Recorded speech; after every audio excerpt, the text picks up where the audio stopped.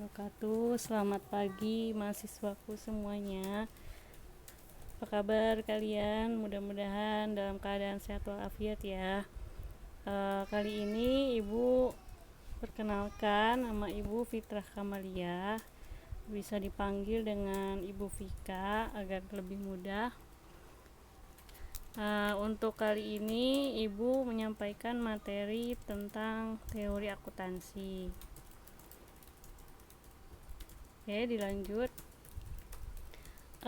Akuntansi sendiri itu merupakan suatu informasi tentang kekayaan.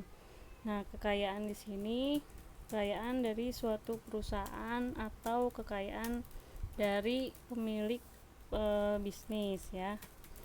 Yang kedua yaitu sebagai alat pertanggungjawaban dan sistem informasi. Jadi, di mana suatu perusahaan itu yang mengelola adalah manajer yang bertanggung jawab kepada pemilik sebagai pemilik modal untuk menjalankan usahanya. Yang ketiga itu sebagai alat ukur aktivitas ekonomi dengan unit moneter. Nah, aktivitas ekonomi seperti produksi, kemudian penjualan, kemudian pembelian dan lain sebagainya itu diukur dengan unit moneter atau uang.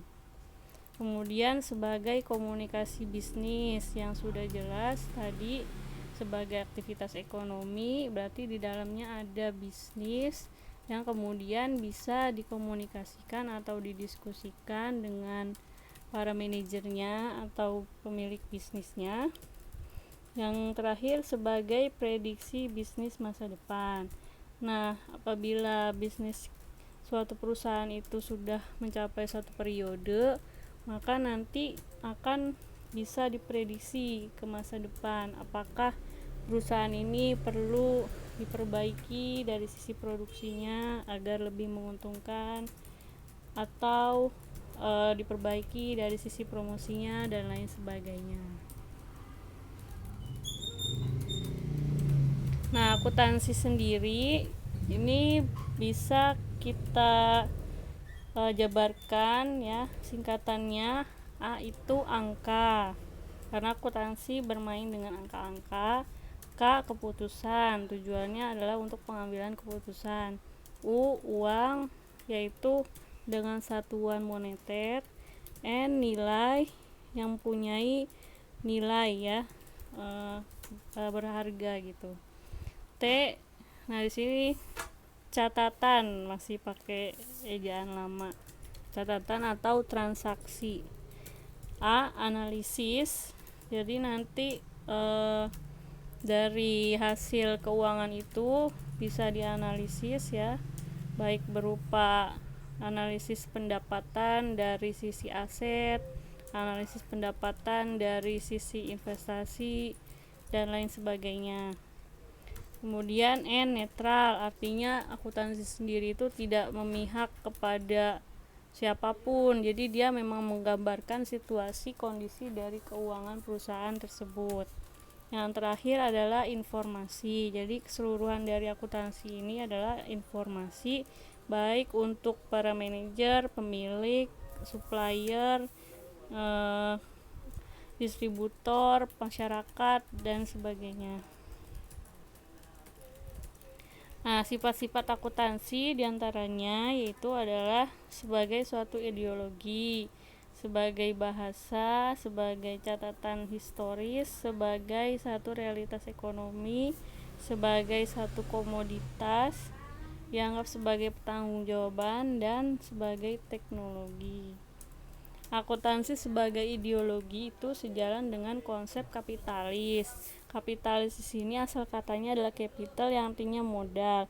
Jadi zaman dulu itu bangsa kapitalis, kaum kapitalis itu adalah orang yang senang meraup kekayaan ya, menumpuk kekayaan. Jadi para pemilik modal, para pemilik tuan tanah gitu. Nah, itu mereka prinsipnya akuntansi itu sebagai catatan mereka. Nah, yang kedua, bisnis yang selalu berkembang dengan return yang tinggi. Jadi dengan akuntansi, dengan mencatat itu para pemilik bisnis itu percaya bahwa mereka dapat menggambarkan atau memprediksikan return yang tinggi atau pendapatan yang tinggi. Yang ketiga yaitu ingin menjadikan pihak lain sebagai peripheral, tunduk pada kepentingannya. Jadi ya karena di sini konsepnya kapitalis, berarti orang lain itu harus tunduk kepada kepentingannya. Nah, akuntansi sebagai bahasa, artinya akuntansi sebagai simbol yang hanya dimengerti orang yang menguasai akuntansi.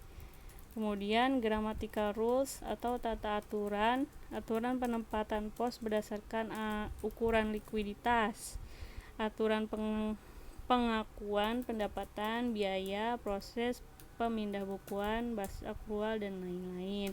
Jadi dalam akuntansi itu kan ada aturannya gitu, nggak sembarang asal naro aja catatan.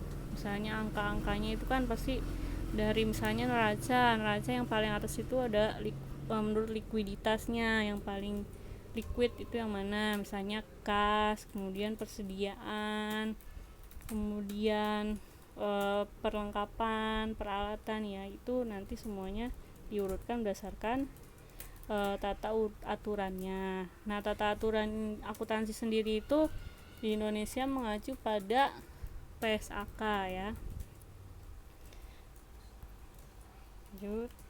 Akuntansi sebagai catatan historis. Catatan historis yaitu sejarah organisasi dan transaksi, bagaimana manajemen mengelola kekayaan sebagai prediksi masa depan.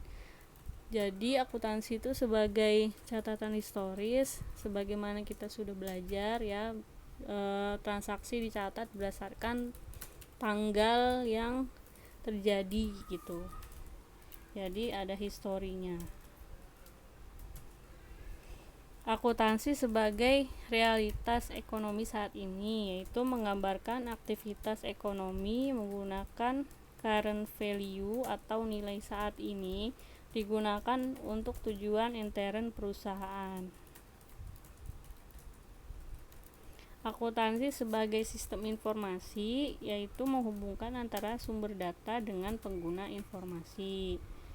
Kemudian accounting cycle atau siklus akuntansi memproses bukti transaksi menjadi bentuk informasi atau laporan keuangan yang digunakan untuk mengambil keputusan.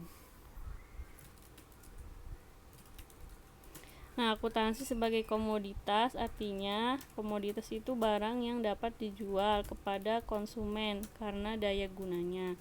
Yang kedua yaitu akuntansi merupakan informasi yang menjual. Jadi dengan adanya informasi itu perusahaan bisa menarik para investor untuk menanamkan modalnya di perusahaan. Jadi perusahaan dapat terus berjalan dengan adanya modal dari para investor. Kemudian akuntansi sebagai sistem pertanggungjawaban. Nah, media untuk mempertanggungjawabkan pengelolaan suatu perusahaan kepada pemilik modal, dapat menelusuri sumber kekayaan yang dikelola, dapat menelusuri arus masuk dan keluarnya kas ya. Kemudian posisi keuangan untuk mengambil keputusan. Akuntansi sebagai teknologi, yaitu dapat bisa dipakai mempengaruhi sosial. Jadi masyarakat tuh bisa percaya kepada perusahaan tersebut, baik dari sisi dia berinvestasi untuk mendapat keuntungan ataupun juga sebagai timbal balik sosialnya. Kemudian teknologi menjembatani teori ke praktek. Kemudian teknologi dapat mengubah atau mentransformasi dari suatu bahan menjadi bahan lain yang lebih bermanfaat. Ya, mungkin cukup sekian paparan singkat dari Ibu. Kurang lebihnya kalian nanti bisa bertanya melalui e-learning ataupun bisa langsung disampaikan melalui WhatsApp ya. Cukup sekian. Wassalamualaikum warahmatullahi wabarakatuh.